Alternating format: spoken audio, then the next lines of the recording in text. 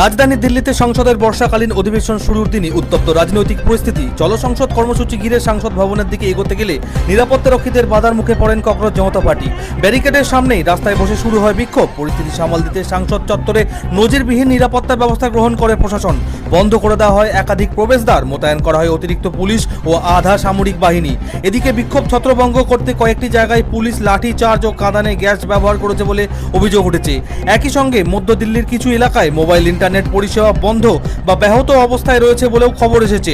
নিরাপত্তার কারণে জনপথ, প্যাটেল চক সহ একাধিক মেট্রো স্টেশনেও গেটেও সাময়িকভাবে বন্ধ রাখা হয়, যদিও পরিস্থিতি নিয়ন্ত্রণে রয়েছে বলে প্রশাসনের দাবি। তবুও রাজধানীর রাজনৈতিক উত্তাপ দিনের শেষে আরও বেড়েছে। Bureau report, Bangla news.